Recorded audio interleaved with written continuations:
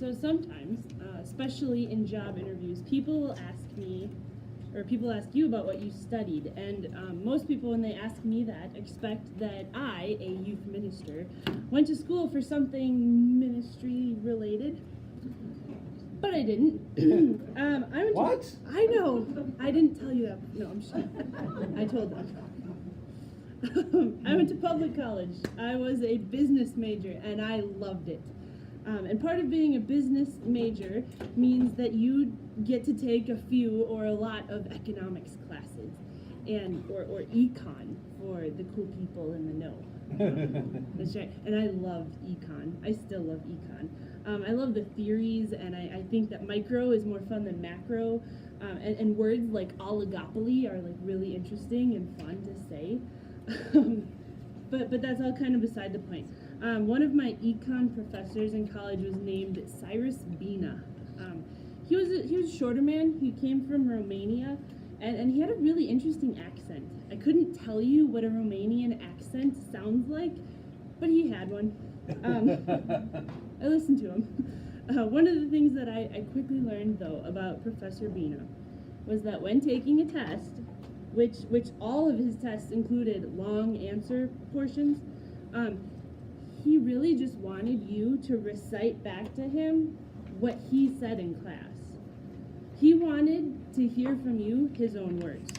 So when he was talking about GDP, customs duty, absolute advantage, and stuff, he really just wanted us to give back what he told us in class. So it was public school, so I mean the desks weren't very fancy. So. Maybe not in other schools either. So I would go to class, and I would always take notes. That's a really big pen. Okay. And we have Cyrus or whoever up front here. And he did wear glasses. That's not just a professor thing. And he would talk. And he would talk about something like the GDP. And when he did, it would go right into me and then right onto my paper, onto my notes. That's a hypothetical line, not a real. Didn't come out your ear? No, not literally. So you see, some professors, some teachers, hopefully, are quite the opposite. But Cyrus was happiest when you wrote on test phrases and sentences even that he would use in class. So if you took really good notes and you studied them well, his tests were pretty easy.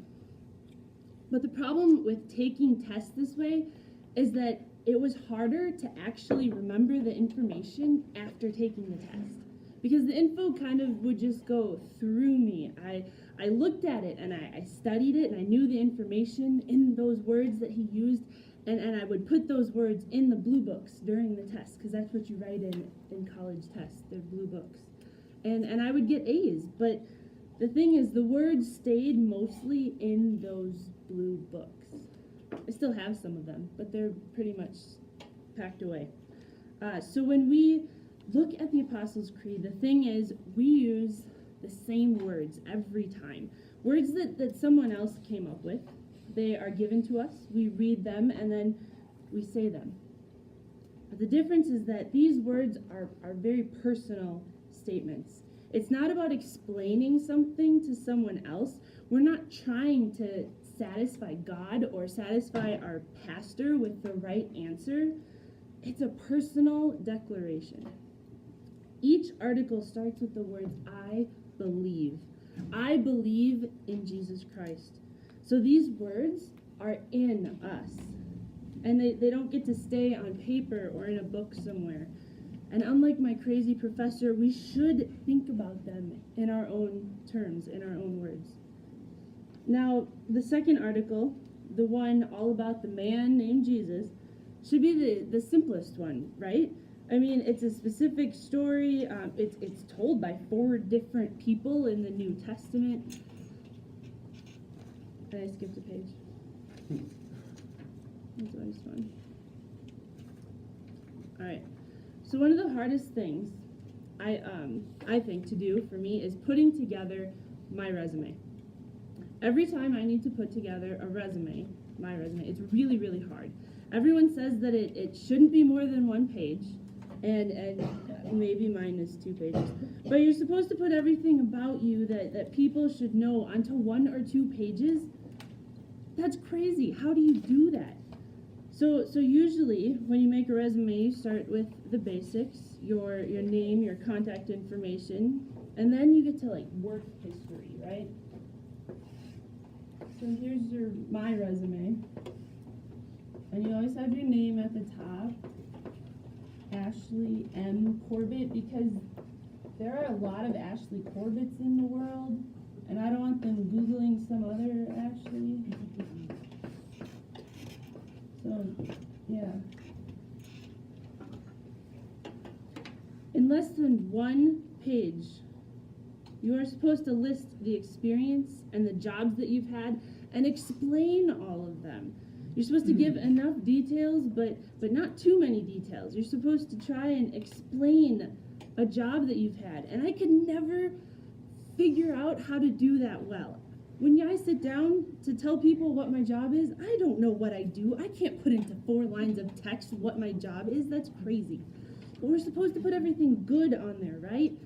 And if we can put the not so good stuff on there too, but make it sound better than it was, that's perfect. That's what you're supposed to do. We're supposed to explain our whole selves in a way that they can understand, but also not overwhelm them. And it takes a lot of time to do that really well. The second article is kind of like doing that with Jesus. We have this really intense but brief iteration of Jesus' life, death, and resurrection, identifying exactly who Jesus is.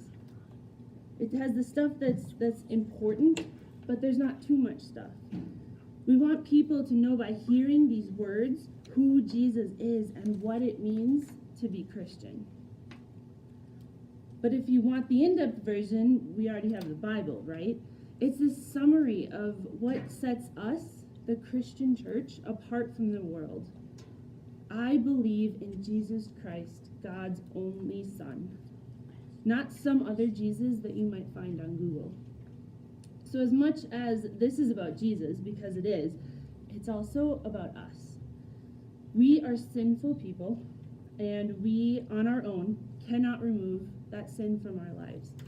And this is why Jesus walked on earth as a human. This is why he suffered under Pontius Pilate, was crucified, died, and was buried. Because evil does exist, and we are not immune to it.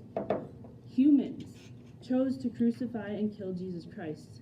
But after he was buried and descended into hell, on that 3rd day, he rose again. And this is all about us. This is about you and me right here and right now. Jesus did this because we could not do anything like that for ourselves. God knew that we needed a king. We needed a Messiah that would not be kept down by evil. Jesus is that king. And because he did this, we are given that same gift to live eternally. When we say we believe these things about Jesus, we say that we know he saved us from evil. Not that we are immune to evil, but that we are given this new life. These statements, these very specific beliefs about Jesus, are unique to the Christian church. So it's not just Lutherans and Methodists and Episcopals or Catholics. So we've got all these churches. There's a church. And this church looks a little different.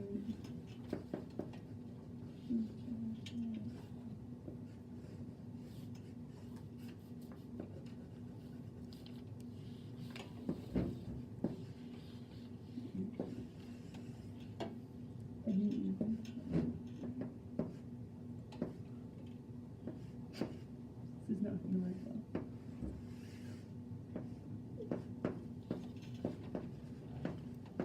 Saying I believe, saying that same creed together.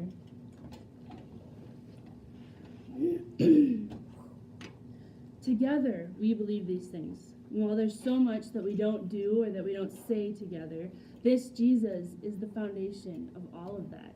And these words that we share are going to challenge us sometimes in a really beautiful and a really great way. Excuse me.